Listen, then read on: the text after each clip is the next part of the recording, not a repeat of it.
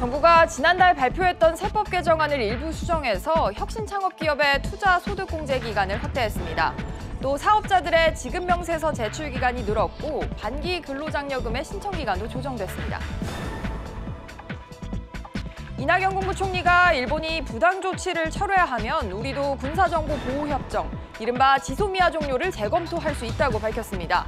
내일부터 일본의 화이트리스트 배제 시행을 앞두고 일본의 추가 도발을 막기 위한 발언으로 풀이됩니다.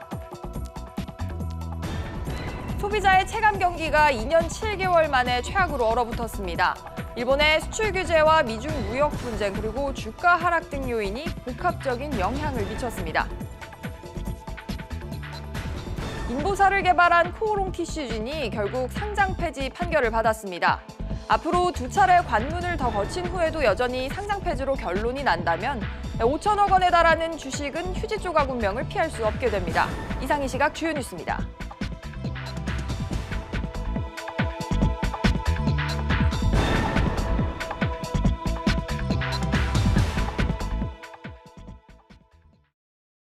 시청자 여러분 안녕하십니까? 뉴스 시작합니다.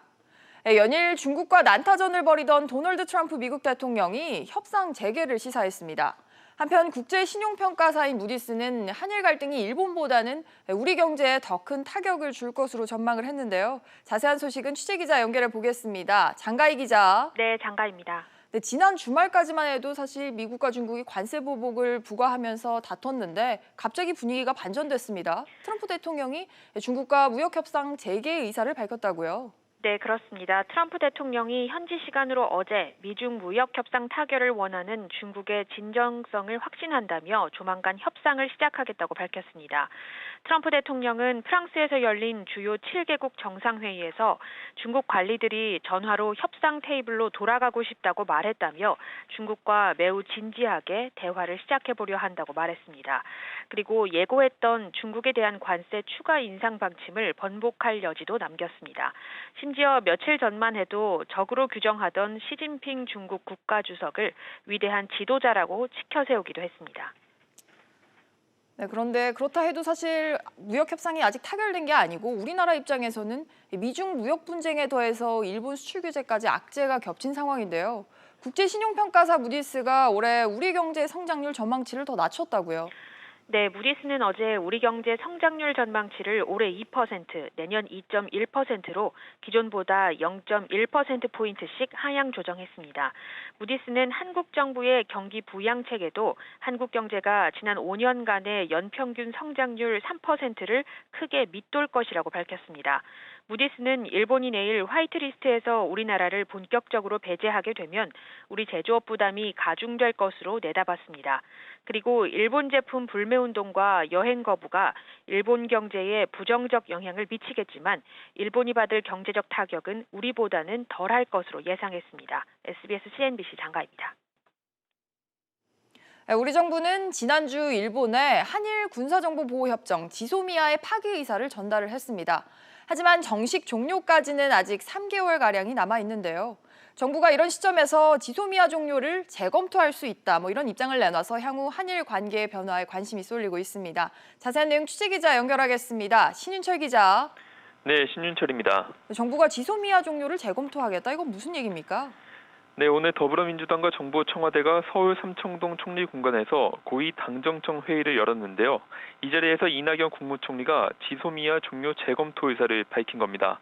이 총리는 일본 정부가 안보상 신뢰 훼손의 이유로 우리를 수출 우대국 화이트리스트에서 제외하기로 한 마당에 군사 정보를 공유하는 것은 국익과 명분에 부합하지 않는다고 말했습니다.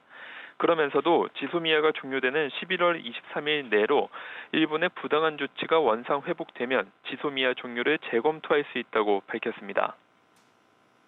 네, 그런데 이 총리가 이렇게 갑자기 지소미아 종료 재검토를 언급한 건 맥락이 있겠죠? 네, 내일이 바로 일본이 우리나라를 화이트리스트에서 제외하는 개정안을 시행하는 날이기 때문입니다. 개정안이 시행되면 일본 정부의 수출 규제 품목이 대폭 늘어나 사실상 수출 통제나 다름없게 되고 한일 간 경제 갈등의 골도 깊어지게 되는데요. 이 총리도 이런 우려를 감안해 화이트리스트 시행 직전에 일본과의 갈등을 풀어보려는 정부의 의지를 밝힌 것으로 풀이됩니다. 이 총리는 일본 정부가 사태를 악화시키지 않으면 한일 양국 정부가 현 상황을 타개할 수 있다고 판단한다며 갈등 해결 기대감을 나타냈습니다. SBS CNBC 신윤철입니다. 네, 다음은 우리 금융시장 상황 점검해 보겠습니다.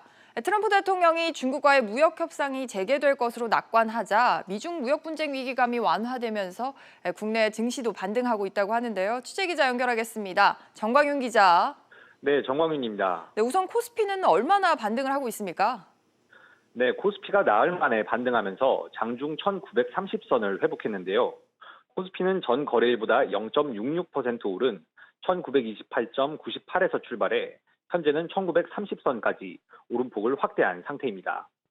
개인과 외국인의 매수세에 힘입어 오름세를 보이고 있는데요. 어제 4% 이상 큰 낙폭을 기록했던 코스닥도 반등하고 있습니다. 코스닥은 현재 2% 안팎의 오름세를 보이며 590선을 회복한 모습입니다. 도널드 트럼프 미국 대통령이 프랑스 G7 정상회의에서 미중 무역 협상과 관련해 조만간 협상을 시작할 것이라고 언급한 것이 미중 무역 갈등 완화로 해석되며 투자 심리가 살아났습니다. 네, 그렇군요. 외환 시장 움직임도 전해주시죠. 네, 원달러 환율은 소폭 하락하고 있습니다. 오늘 서울 외환시장에서 원달러 환율은 약 4원 내린 달러당 1214원 부근에서 거래가 이루어지고 있습니다. 원달러 환율 역시 미중 갈등이 완화되는 분위기에 안전자산 선호 현상이 잦아들면서 원화 강세가 나타나고 있는 분위기입니다. 지금까지 SBS CNBC 정광윤입니다. 일본 정부의 한국 화이트리스트 제외 시행일이 하루 앞으로 다가온 가운데 우리 금융당국이 상황 점검 회의를 열었습니다. 일본 수출 규제가 장기화될 것에 대비해서 금융시장 변동성과 또 각종 지원 대책 등을 점검했습니다. 이 내용도 취재기자 연결해 보겠습니다. 류정훈 기자. 네, 정부 서울청사에 나와 있습니다. 네, 류 기자, 일본 수출 규제로 인해서 최근 금융시장 변동성이 상당히 커졌는데 당국은 현 상황을 어떻게 보고 있습니까? 네, 오늘 회의는 금융당국과 관계기관들이 모여 금융시장 동향을 살펴보고 일본 수출 규제에 따른 대응책을 점검하는 자리였는데요. 회의를 주재한 최종고 금융위원장은 최근 금융시장 상황에 대해 미중 무역 갈등, 글로벌 경기 둔화 우려 등 여러 리스크 요인이 중첩되며 주식시장과 외환시장의 변동성이 커지고 있다고 진단했습니다. 공매도 제한 등 선제적인 조치도 다시 한번 강조하고 나섰는데요. 최 위원장은 시장 상황을 점검해 나가면서 시장 변동성이 과대하게 확대되는 경우 이미 마련된 컨틴전시 플랜에 따라 필요한 조치를 적기에 시행해 나갈 계획이라고 밝혔습니다. 네, 그렇군요. 한편으로는 당장 내일 일본의 화이트리스트 배제 시행을 앞두고 이거에 대한 대응 방안도 마련이 됐죠. 네, 그렇습니다. 최 위원장은 일본 측이 여전히 기존 입장을 고수하고 있어 문제가 장기화될 수 있는 상황이라며 일본의 부당한 수출 규제로 인해 우리 기업들이 어려움을 겪지 않도록 적극적이고 신속한 금융 부분 지원을 이어가겠다고 강조했습니다. 지원 방안과 관련해 피해 기업에 대한 만기 연장과 신규 지원 등 총 130건, 2,654억 원의 규모의 금융 지원이 이루어졌습니다. 한편 최 위원장은 간담회 후 기자들과 만나 논란이 되고 있는 금리 연계 파생 상품 DLF에 대해서도 언급했는데요. 은행이 DLF 상품을 판매한 게 적정했는지 등을 들여다보겠다고 밝혔습니다. SBS CNBC 류정훈입니다. 이런 가운데 우리 소비자 심리지수는 2년 7개월 만에 가장 낮은 수준으로 떨어진 것으로 나타났습니다. 일본의 수출 규제는 물론이고 미중 무역 분쟁 심화 등으로 소비 심리가 급격히 얼어붙은 것으로 보입니다. 취재기자 연결하겠습니다. 김성현 기자. 네, 김성현입니다. 네, 김 기자, 소비자 심리지수가 얼마나 떨어진 겁니까? 네, 한국은행에 따르면 이달 소비자 심리지수는 전달보다 3.4포인트 하락한 92.5를 나타냈습니다. 지난 5월부터 넉 달째 하락하며 2년 7개월 만에 가장 낮은 수준으로 떨어졌습니다. 소비자 심리지수는 100을 평균으로 두고 100보다 높으면 소비 심리가 낙관적, 낮으면 비관적이라는 의미인데요. 한우는 소비자 심리지수 하락 배경으로 일본 수출 규제와 미중 무역 분쟁, 수출 부진의 주가 하락과 환율 상승이 종합적으로 영향을 미쳤다고 보습니다. 네, 이게 그런데 다양한 항목으로 구성된 지표인데요. 가장 좋지 않았던 항목은 어떤 거였습니까? 네, 가계 형편과 수입에 대한 전망이 글로벌 금융위기 직후 수준으로 떨어졌는데요. 현재와 비교해 6개월 후 전망을 나타내는 생활 형편 전망은 89로 전달보다 3포인트 하락해 2009년 3월 이후 최저를 기록했습니다. 또 가계 수입 전망은 94로 2포인트 내려 2009년 4월 이후 가장 낮았습니다. 현재 생활 형편과 소비 지출 전망도 1포인트씩 하락해 현재 가계 재정에 대한 인식과 지출 전망도 나빠진 것으로 나타났습니다. 대부분의 지표가 하락한 가운데 주택 가격 전망만 나홀로 상승세를 이어갔습니다. 주택 가격 전망 지수는 지난달 106으로 치솟아 기준선 위로 올라선 뒤 이달 1포인트 더 올라갔는데요. 지난해 10월 이후 10개월 만에 가장 높은 수준을 기록했습니다. 앞으로 1년 뒤 집값이 오를 것이라는 응답도 더 늘어 집값 상승에 대한 기대감이 더 커진 것으로 나타났습니다. SBS CNBC 김상현입니다.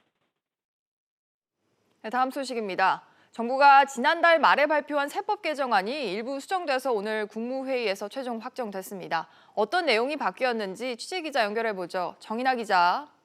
네, 정인아입니다. 네, 최종 확정된 세법 개정안은 기존안과 비교하면 어떤 점이 바뀌었습니까?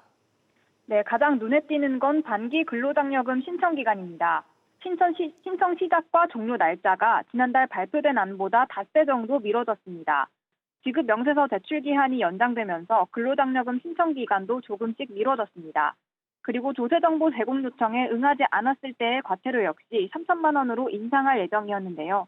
조세정보 가운데 실제 소유자 정보 제공 요청에 응하지 않을 경우로 적용 범위를 줄였습니다. 당초 국세 범위에 관세를 추가하기로 했던 건 무산됐습니다. 이 건은 내년 관세법 전부 개정 때 재검토될 예정입니다. 네, 기존 세법 개정안에는 세액공제나 소득공제 내용도 담겨 있었던 것을 기억을 하고 있는데 이 부분은 원안대로 가는 겁니까? 네, 바뀐 부분이 있습니다. 영상 콘텐츠 제작 비용 세액공제 적용 기한의 경우 지난 발표안에서는 내년까지만 적용하기로 했는데 이번 수정안에서는 제도 정착을 위해 오는 2022년까지 기한을 연장했습니다. 중소기업 창업투자조합 출자에 대한 소득공제는 당초 출자하고 투자한 연도에만 소득공제를 적용하기로 했었는데요. 수정안에서는 출자나 투자 후 2년째 되는 날이 속하는 과세 연도까지로 기한을 늘렸습니다. 이렇게 수정된 15개 법안은 오늘 오전 국무회의를 통과해 다음 달 3일까지 국회에 제출될 예정입니다. 지금까지 기획재정부에서 SBS CNBC 정인아입니다. 정부와 금융권이 추석을 전후로 중소기업과 또 소상공인들의 명절 자금 수요를 뒷받침하기 위해서 96조 원을 지원합니다. 정부는 국무회의에서 이 같은 내용의 추석 민생 안정 대책을 발표했습니다. 지난해보다 신규 자금과 대출 보증 만기 연장, 또 외상 매출 채권보험 지원액을 10조 원 늘리고 근로자녀 장려금은 470만 가구를 대상으로 5조 원으로 대폭 확대해서 명절 전에 지급할 예정입니다. 추석을 보름 앞두고 일부 제수용 농축수산물의 가격이 오르고 있는 것으로 나타났습니다. 관세청이 공개한 추석 연휴 3주 전 주요 농축수산물 수입 가격 변동에 따르면 전체 66개 품목 중 28개의 가격이 지난해보다 올랐고 32개는 내렸습니다. 수산물 중에서는 냉동용 대구와 명태, 조기값이 올랐고 농산물의 경우 팥과 참깨, 도라지, 바미, 축산물은 닭다리와 삼겹살의 가격이 올랐습니다. 인보사 사태를 일으킨 코오롱 티슈진에 대해서 한국거래소 기업심사위원회가 상장 폐지 결정을 내렸습니다. 이로써 코오롱 티슈진은 코스닥 상장 1년 9개월 만에 퇴출 위기에 놓였는데요.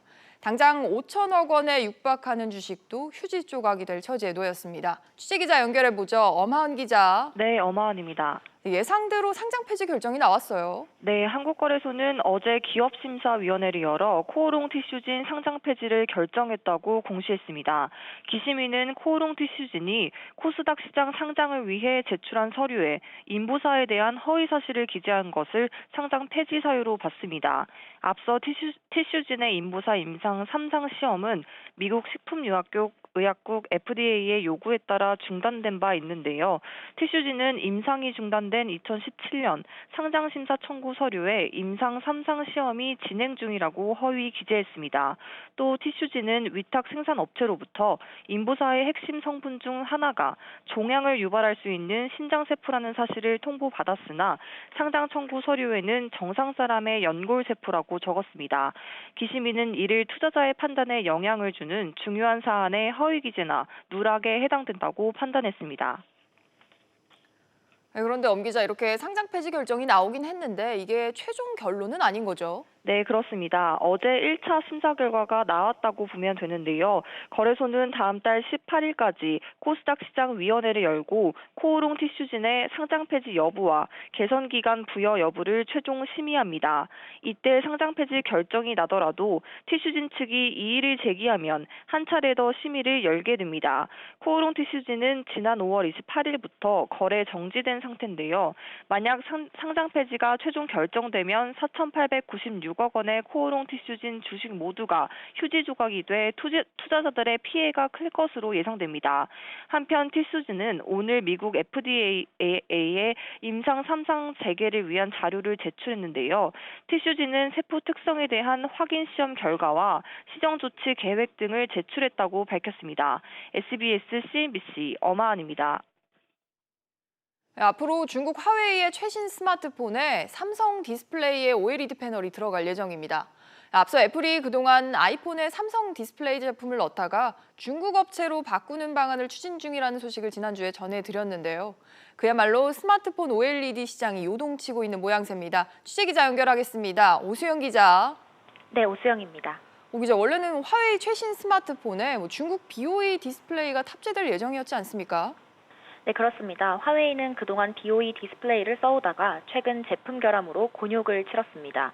이에 따라 업계와 외신에 따르면 화웨이는 곧 출시될 메이트 30 등 대표 스마트폰에 삼성 디스플레이의 OLED 패널을 사용할 것으로 알려졌습니다. 당초 새로 출시될 메이트 30에도 BOE 패널이 탑재될 예정이었는데요. 표면적으로는 공급 가능 물량에 한계가 있을 거란 판단하에 삼성 디스플레이 제품으로 대체됐다는 관측이 나오고 있습니다. 화웨이는 관련 상황에 대해 공식 확인은 아직 해주지 않고 있습니다. 네, 또 앞서 삼성 디스플레이를 쓰던 애플은 중국 BOE 제품으로 바꾸겠다고 하지 않았습니까? 네, 맞습니다. 외신에 따르면 애플은 BOE 디스플레이를 채택하기 위한 최종 조정에 들어갔습니다. 그동안 애플은 자사 프리미엄 스마트폰에 들어가는 OLED 디스플레이를 모두 삼성에서 공급받았는데요. 삼성 의존도를 낮추기 위한 전략으로 풀이됩니다. 트럼프 대통령과 애플 CEO 팀 쿡이 삼성 스마트폰에는 관세가 붙지 않는다라는 대화를 나눈 뒤에 알려졌기 때문에 일부에서는 이를 두고 애플이 본격적으로 삼성 견제에 나섰다는 해석도 나오고 있습니다. SBS CNBC 오수영입니다. 최태원 SK그룹 회장과 최정우 포스코 회장이 최근 만남을 가진 것으로 확인이 됐습니다. 그룹 간 협력 가능한 방안을 논의한 것으로 알려졌는데요. 또 현대기아차는 조직 문화 개선을 위해서 직원들의 호칭 통합 작업에 나섰습니다. 재계 소식 이모저모를 취재기자 연결해서 알아보겠습니다. 오정인 기자. 네, 오정인입니다. 네, 우선 최태원 회장과 최정우 회장이 최근 만났다고요? 네, 이번 달 중순 최태원 SK그룹 회장과 최정우 포스코 회장은 서울 모처에서 그룹 계열사 경영진들과 함께 만났습니다. 재계에선 재계 3위와 6위인 두 그룹이 만난 만큼 향후 어떤 분야에서 협력을 확대할지 주목하고 있습니다. 네, 구체적으로 어떤 방안들이 논의가 됐습니까? 네, SK E&S가 보유한 광양 액화 천연가스 LNG 발전소는 15년 넘게 포스코가 소유한 광양 터미널을 통해 LNG를 들여오고 있는데요. 따라서 두 그룹 간 이 부분에서의 협력 방안을 논의한 것으로 확인됐습니다. 그러나 정식 협약을 체결한 건 아니어서 아직까지 구체화된 사항은 없습니다. 이번 회동은 지난달 10일 청와대에서 열린 경제계 주요 인사 간담회에서 제안으로 마련된 건데요. 사업 영역이 겹치는 부분이 있으니 협력해보자는 차원에서 상견례 정도로 마련된 자리라는 게 두 그룹 측 설명입니다. 따라서 앞으로 어느 정도까지 협력이 확장될 수 있을지는 좀 더 지켜봐야 할 것 같습니다. 네, 그렇군요. 자동차 업계 소식도 한번 알아보죠. 현대기아차가 조직 문화 개선을 위해서 직원들 호칭을 통합을 했어요. 네, 현대차는 다음 달부터 기존에 사용하던 과장, 부장 등 호칭을 매니저와 책임 매니저로 변경하기로 했습니다. 또 승진과 연봉 체계를 위한 직급 체계도 기존 6단계에서 4단계로 축소될 예정입니다. SBS CNBC 오정인입니다. 아시아나항공의 예비 입찰이 앞으로 일주일 뒤로 다가왔습니다. 어떤 기업이 인수전에 참여하게 될 것인지 관심이 높아지고 있는 상황인데요. 일단 다수의 기업들이 투자 설명서를 받아갔다고 합니다. 취재기자 연결해서 자세한 내용 알아보겠습니다. 이한나 기자. 네, 이한나입니다. 네, 아시아나항공 인수와 관련해서 투자 설명서 얼마나 많은 기업들이 받아갔습니까? 네, 아시아나항공 매각 공시가 났던 지난달 25일 이후 지금까지 20여 곳이 넘는 기업들이 투자 설명서를 받아간 것으로 알려졌습니다. 이 투자 설명서를 받아간 것이 예비 입찰에 참여한다는 의미는 아닙니다. 하지만 투자 설명서가 아시아나항공 투자에 관한 안내문인 성격인 만큼 여러 곳이 인수전 참여에 관심을 보인다고 볼 수 있습니다. 매각 주관사인 금호산업의 관계자는 많은 기업들이 투자 설명서를 받아갔고 예비 입찰에도 참여할 것으로 알고 있다고 말했습니다.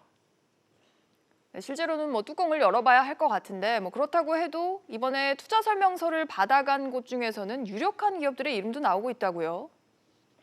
네, 애경그룹과 사모펀드 KCGI는 투자 설명서를 받아간 것으로 확인됐습니다. 다른 곳들은 극비사항이라며 공식 확인을 해주지 않고 있습니다. 업계에서는 GS그룹의 참여 가능성을 높게 보고 있는데요. GS그룹은 앞서 애경그룹과 공동인수를 타진했다는 이야기가 나온 바 있습니다. 하지만 애경그룹 측은 GS그룹과 공동인수 관련 내용은 사실 무근이라고 밝혔습니다. 때문에 GS그룹이 만약 예비 입찰에 참여한다면 단독으로 참여할 가능성이 높습니다. GS그룹 관계자는 투자 설명서를 받아갔느냐는 취재 요청에 부정도, 긍정도 하지 않고 확인해 줄 수 없다고 밝혔습니다. SBS CNBC 이한나입니다. 네, 고혈압 환자 가운데 소득 수준이 낮을수록 합병증에 의한 사망률이 높다는 연구 결과가 나왔습니다. 건강 불평등 문제가 그만큼 심각하다는 뜻으로 볼 수 있습니다. 자세한 내용 취재 기자 연결해서 알아보겠습니다. 조슬기 기자. 네, 조슬기입니다. 네, 저소득층일수록 고혈압으로 사망을 할 확률이 크다고요. 네, 연세대 의과대학 예방의학교실 연구팀이 고혈압 환자 165만 명을 지난 10년간 추적 조사한 자료를 내놨는데요. 소득 수준이 낮을수록 고혈압 합병증에 의한 사망률이 높아지는 연관성이 관찰됐다고 밝혔습니다. 연구팀은 고혈압 환자를 소득 수준에 따라 5개 그룹으로 나눠 사망률을 비교했는데 하위 20%에 속하는 환자가 상위 20%보다 사망률이 1.5배 높게 나타났습니다. 소득 수준이 낮을수록 상대적으로 건강관리 등의 시간과 비용을 투자하기 쉽지 않은 현실을 반영한 결과라는 분석입니다. 네, 치료를 꾸준히 받은 사람과 그렇지 않은 사람 간의 사망률은 어떻게 차이가 났습니까? 네, 치료제를 정기적으로 처방받아 복용하는지를 기준으로 한 치료 순응도에 따라서도 사망률의 차이를 보였습니다. 고혈압 치료 순응도별로 상중하 3개 그룹으로 나눴을 때 하위 그룹 사망률은 상위 그룹의 1.66배로 조사됐습니다. 연구팀은 소득 수준이 높고 치료도 열심히 하는 환자에 견줘 소득 수준이 낮고 치료를 잘 하지 않은 환자는 사망률이 2배 이상 높아지는 걸로 추산하면서 취약계층을 위한 대책이 필요하다고 지적했습니다. 한편 대한고혈압학회에 따르면 지난해 국내 고혈압 환자 수는 1,100만 명을 넘어선 것으로 추정되는데요. 이 가운데 500만 명은 본인이 고혈압인 줄도 모르고 있다고 학회는 분석했습니다. SBS CNBC 조슬기입니다. 올해 대기업 대졸 신입사원의 연봉은 4천만 원이 조금 넘고 중소기업은 3천만 원에 못 미친다는 조사 결과가 나왔습니다. 취업포털 잡코리아에 따르면 하반기 대기업 125개사의 대졸 신입사원 첫해 연봉은 평균 4,086만 원으로 지난해보다 0.9% 늘었습니다. 반면 중소기업의 경우 평균 초임이 2,769만 원으로 지난해보다 0.8% 줄었습니다. 증시 상황입니다. 오늘 국내 증시 오름세를 보여주고 있습니다. 코스피가 0.84% 오름세를 보이며 1932포인트 나타내고 있고요. 코스닥 역시 1.85% 오름세로 593포인트 나타내고 있습니다. 오늘 눈에 띄는 종목들 함께 살펴보시죠. 오늘은 삼성전자부터 살펴보도록 하겠습니다. 지금 이재용 부회장이 삼성 디스플레이 공장을 방문해서 혁신 기술을 주문했다고 하는데요. 삼성전자 현재 1% 오르며 44,050원에 거래가 되고 있습니다. 그런가 하면 최태원 SK 회장과 최정우 포스코그룹 회장이 회동을 가졌다고 합니다. 2차 전지와 소재 사업 등에서 손을 잡을지 주목이 되고 있는데요. SK 같은 경우는 보합권에서 거래가 되고 있고 포스코는 0.74% 상승 흐름 보여주고 있습니다. 이 밖에 남북 철도 관련주도 오름세입니다. 도널드 트럼프 대통령이 북한 철도를 언급하면서 북한 철도로 한국을 갈 수 있다는 발언을 했는데요. 이 발언에 관련주가 급등하고 있습니다. 푸른기술이 오늘 14% 급등해서 11,700원에 거래가 되고 있고요. 대아TI 같은 경우에도 7.27% 상승세 보여주고 있습니다. 지금까지 증시 상황이었습니다. 오늘 오전 뉴스는 여기까지입니다. 시청해주신 여러분 고맙습니다.